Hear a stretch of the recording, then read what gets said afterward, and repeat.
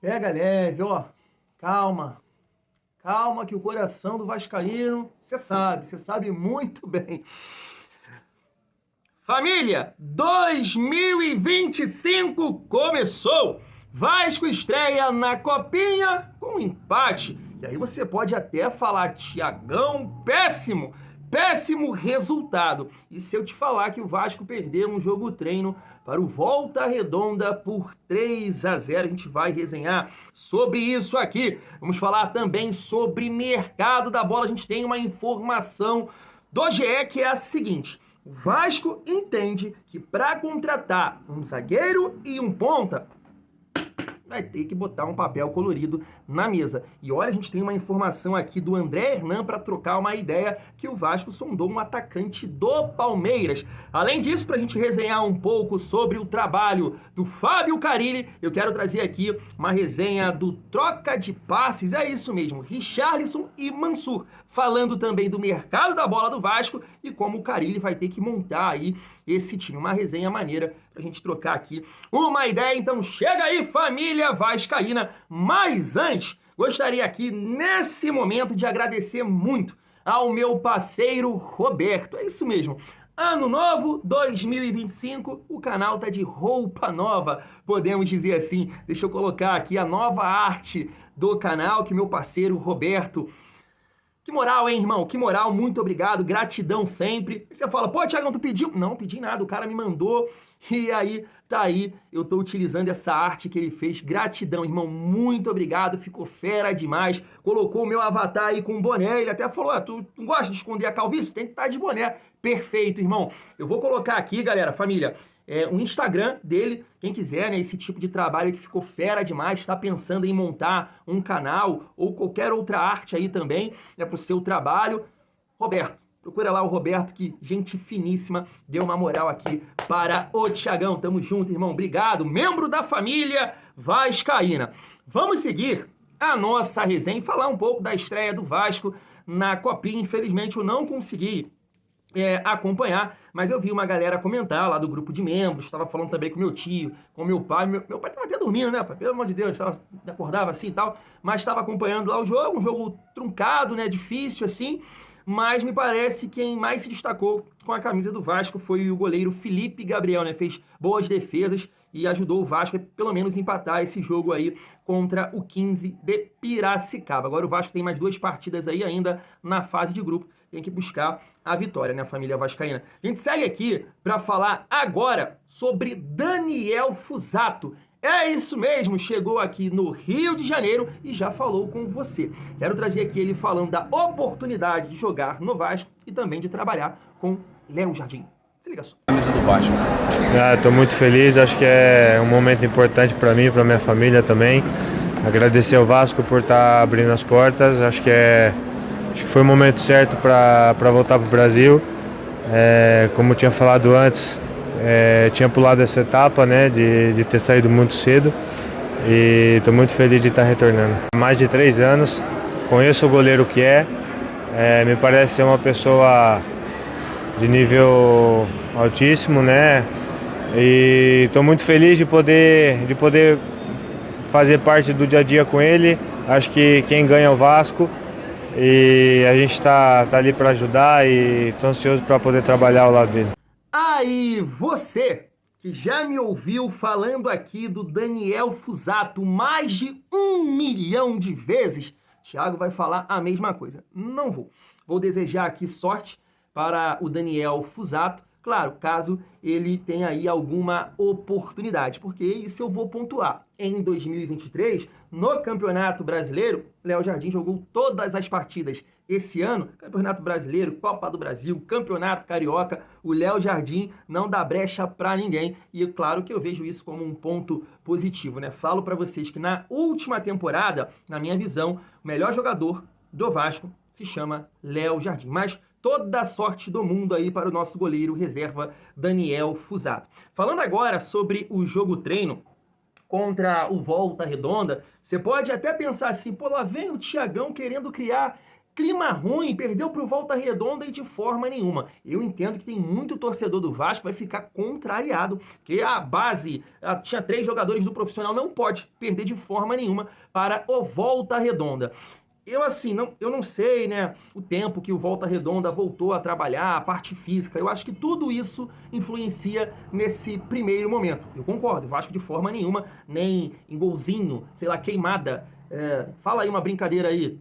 Rachão, sei lá, o que for, não pode perder por Volta Redonda de 3-0. Marcou um gol, pelo amor de Deus. Mas vamos pontuar aqui a matéria do GE. Sob olhares de Carille, Vasco perde para o Volta Redonda em jogo treino. Grupo que se prepara para as primeiras rodadas do Carioca foi a campo com garotos e apenas 3 jogadores do elenco profissional. Fala comigo, Thiagão! Zé Gabriel, Vitor Luiz e também o Serginho, família vascaína. A atividade, me parece, foi dividida em 3 tempos, né, de 30 minutos. Vasco perdeu por 3-0. Como eu disse, né, não pode de forma nenhuma, em qualquer circunstância, perder para o Volta Redonda por 3-0.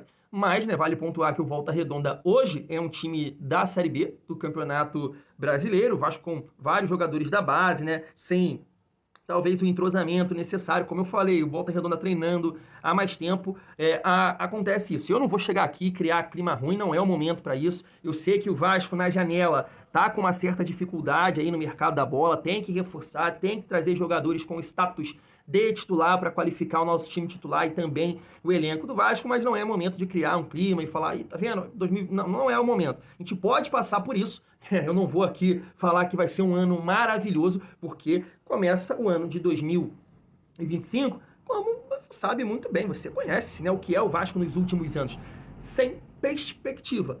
Claro que existe, assim, na minha cabeça, uma condição de entregar uma tranquilidade novamente, né, nesse ano de 2025. Tem essa condição. O Vasco tem alguns jogadores que podem proporcionar isso pra gente, mas não é isso que a gente quer. É claro, né? Fique bem claro isso. O vascaíno quer disputar na parte de cima da tabela, quer chegar novamente aí longe na Copa do Brasil, tem também a Sul-Americana e para isso o Vasco tem que reforçar o seu elenco. Além disso, né, conseguir aí estender o empréstimo do Felipe Coutinho, vai tentar também do Paê. O Vasco tem várias questões aí para resolver. Então não é o momento de criar clima ruim, na minha visão. Eu queria trazer aqui um trecho do programa Troca de Passes, que estava por lá o Richarlison, o Mansur, falando justamente isso, né? Que o Vasco precisa atacar o mercado e dar mais condições aí para o Carille fazer um grande trabalho à frente do Vasco. Eles também tocam numa resenha ali de, será que o Carille vai conseguir trabalhar com Felipe Coutinho e Payet? Aí o Richarlison compara a Série B, que o Carille usou o Juliano com o Otero. E isso, pelo amor de Deus, hein, Richarlison? Se liga só. Superior aos seus rivais. Um trabalho bem difícil para o Carille, assim, se você olhar o perfil do Carille, é um treinador que gosta muito de ter a questão táticas, vamos falar assim, é um time mais compacto, não um time tão agressivo ofensivamente, é um time que sofre menos gols, é um time que tem uma composição defensiva muito mais coesa do que a parte ofensiva, e vai ter que, acima de tudo, trabalhar com aquilo que tem, né, Barreto? Porque a gente ainda não viu o Vasco no mercado. A gente não viu o Vasco atacando esse mercado. Vamos ver quais as possibilidades, o que ele tem de nomes para trazer, para fazer um time forte, para começar um ano já dando as caras dele para esse time do Vasco. Agora, que é desafiador, eu não tenho dúvida nenhuma. Os grandes reforços do Vasco, no momento, são os lesionados se recuperarem. Os dois de lado, né? O Adson, e o David. Teve a Jair voltou, né? Um pouquinho já no final, o Paulinho. Mas talvez o mais interessante de observar vai ser qual é o projeto de Carille, um treinador conhecido por organizar os times de trás para frente. Exatamente. Com esses jogadores e com os veteranos, né? Com os jogadores que têm o desafio da forma física, com o Felipe Coutinho. A Payet. Com o Payet. O Vasco, no segundo semestre, teve o debate. Payet e Coutinho podem ou não podem jogar juntos, joga um ou joga outro. Felipe tentou um modelo ali com os dois por trás de um atacante. O Carille, é difícil a gente imaginar o Carille fazendo isso. Então, mas se você for observar, é claro que numa competitividade menor, ele fez no Santos, né? Com Juliano e Otero. Uma competitividade menor, uma Série B. O Santos quase sempre jogando como favorito. Exatamente, uma Série B, é isso que eu tô falando. Mas jogou, né, com Otero e Juliano, que são dois jogadores que não vão entregar a questão de intensidade de muita coisa.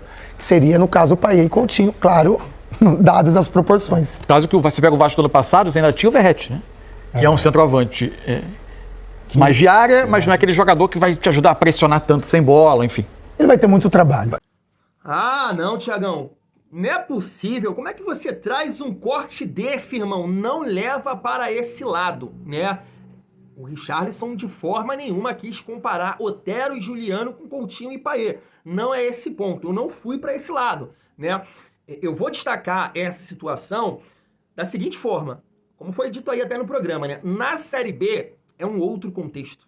O Santos era o time de maior investimento. Era o time que ficava com a bola, que jogava mais, que tinha mais posse de bola. Então, eu entendo que permitia o Carille usar esse tipo de estratégia. E que não foi todo jogo. Se você pegar aí, não é todo jogo, não. A maioria das vezes, essa forma de jogar era dentro de casa, né? Onde você tem, né, um domínio maior sobre o adversário. No caso do Vasco, já é mais complicado, já é mais difícil. Porque entendo, principalmente no Campeonato Brasileiro, o Vasco vai ser um time reativo. O Vasco vai tentar se defender bem e buscar os contra-ataques. E isso vai ficar difícil com Felipe Coutinho e Payet jogando no time titular. Claro que pode acontecer num determinado momento de uma partida ou uma estratégia para um jogo, os dois jogarem juntos. Mas numa ideia inicial, eu acho que de trabalho do Carille vai ficar difícil. Vai ficar difícil ele utilizar Felipe Coutinho e Payet até pela condição física, né? A gente viu aí, todo mundo que analisa aí o trabalho do Carille, ele exige muito fisicamente dos seus jogadores. E o Felipe Coutinho e o Payet não vão conseguir contribuir nesse sentido. É isso, é ter um dos dois no time titular, um time mais físico, com uma boa técnica, correndo, né, tanto para o Felipe Coutinho ou para o Payet. É dessa forma que eu vejo. Em relação ali à opinião do Mansur, muito boa, né? Porque eu concordo. Né? Ele fala ali que os melhores, né, reforços do Vasco para essa temporada são jogadores que estão se recuperando de lesão. Né? O Adson, o Jair, que já jogou um pouco no final do ano passado, e também o Paulinho. E eu lembro que na reta final de 2024, sempre que eu falava aqui do Paulinho, eu comentava com vocês, né? Paulinho é o nosso primeiro grande reforço para a temporada 2025. Então, eu também vejo dessa forma. Coloco o Tietê também nesse bolo aí, porque também acho que é um grande reforço. Gosto muito do Tietê, acho que tem uma boa técnica, experiência, vem com uma energia, né, de campeão aí por onde passa, então também gosto do nome do Tietê. Agora, Lucas Freitas, Lucas Oliveira e Daniel Fusato, apostas na família vascaína. E aí a gente segue aqui para a reta final do nosso vídeo com essa informação aqui do GE. Vasco entende que será necessário investir, mas para contratar um zagueiro e um ponta que cheguem com status de titular. E aí eu estava até vendo, momentos antes de eu começar aqui a gravar esse vídeo, que o Cruzeiro aumentou a proposta em relação ao Fabrício Bruno, né? O Flamengo recusou aí minha primeira proposta que eu não sei o valor, não me recordo, e aumentou, parece que para 7, 8 milhões de euros, né? Segundo o Vene Casagrande, a proposta pode chegar em 51 milhões de reais para contratar o Fabrício Bruno. O que você acha? Se o Vasco, né, tivesse esse poder de investimento e colocasse essa bolada aí pelo Fabrício Bruno, você gostaria de ver o Fabrício Bruno no Vasco? Família, não dá para negar que para os padrões do futebol brasileiro, Fabrício Bruno é um bom zagueiro. Eu acho, né? Tem uma certa velocidade, bom na bola aérea, né, evoluiu muito tecnicamente. Claro que a gente tem que pontuar o contexto do time que ele joga hoje, que é sempre um time, né, de maior investimento, 1-2, né? Aí sempre fica ali, por ter mais recursos, mais qualidade, fica mais com a bola, a defesa sofre menos, a gente tem que pontuar dessa forma, mas seria, de fato, uma grande contratação. Mas é isso, né? Como a matéria do GE que está pontuando que o Vasco entende que, né, para um zagueiro e para um ponta com status de titular, vai ter que colocar um papel colorido na mesa. Eu acho que esse investimento que o Cruzeiro está tentando fazer aqui com o Fabrício Bruno comprova isso. Você vai ter que gastar dinheiro. Eu sei que o Pedrinho fala muito de responsabilidade, mas, cara, tem que tentar aí de alguma forma contratar um zagueiro acima da média e um ponta. O ponta eu sempre falo aqui com vocês, né? A falta que faz esse jogador. Então, vamos aguardar. A gente pode dizer que o Vasco tentou uma contratação com um investimento maior, que não deu certo, porque o Atlético Paranaense, sei lá, aumentou a pedida, o jogador também fora da realidade, né, querendo um salário de 1,5 milhão, pelo amor de Deus, né, o Coelho, eu acho que também o Wanderson dá para colocar nesse bolo aí também de um investimento alto que o Vasco está tentando fazer, né, a última informação que a gente teve é que o Vasco fez a proposta e está aguardando uma resposta aí do Wanderson, do Internacional. Mas para finalizar o nosso vídeo, a gente tem essa informação aqui, de agora a pouco, do jornalista André Hernan, né, que já trabalhou por muito tempo na Sport TV, dizendo o seguinte, está na tela. O Vasco sondou a situação do atacante Rony, que tem futuro incerto no Palmeiras. Bahia, Série C, Cruzeiro, Santos e Galo também consultaram a situação do atacante. Eu estava vendo um vídeo agora do Jorge Nicola dizendo que o Rony no Palmeiras ganha mais de 1 milhão. Acho que 1,1 milhão, se eu não me engano. Não é mole não, tô te falando. Ó, montar um time competitivo hoje... Não é mole não, filho. Por isso que eu falo desse processo aí de reestruturação, hoje em dia é muito mais complicado, é muito mais difícil, porque a torcida do Vasco também, ela não tá com aquela paciência de antigamente, né? Você vê aí os rivais conquistando, você também quer ter uma perspectiva que você vai chegar longe, né? Você vê aí a queda do sócio torcedor, então assim, a paciência, o amor tá ali, o amor tá sempre aqui, mas a paciência vai acabando, né? Então, montar um time competitivo hoje exige o papel colorido. Claro que o André Hernan, ele pontuou na matéria, sondagem apenas, né? As condições, se o Palmeiras tem interesse de negociar o jogador, salário, provavelmente é isso. Isso acontece no mercado da bola, né? Você sondar um jogador, eu acho que acontece. Como torcedor do Vasco, que eu posso falar que, poxa, queria muito ver o Rony no Vasco, por ser um jogador versátil, né? Pode jogar como ponta ou também como falso 9. Gostaria muito, mas muito mesmo, de ver o Rony no Vasco. Eu sei que um ou outro torcedor pode chegar aqui e falar que é bagre, né? Que tecnicamente não é lá essas coisas, toma muita decisão errada, mas respeitosamente eu vou discordar de você. Você pode até estar falando alguma coisa que tenha sentido, mas um cara com tesão do Rony, com a vontade, ajuda taticamente, um cara pro Felipe Coutinho dominar, girar, olhar no ponto futuro, achar, ganhar em velocidade, que é isso? Queria ver o Rony agora. Ou busco ele em casa, sabe, família vascaína? Mas entendo que é uma negociação que a gente pode dizer quase impossível, né? Porque o Palmeiras vai exigir aí um papel colorido e o salário do jogador também é bem alto, não deve estar aí nas condições do Vasco.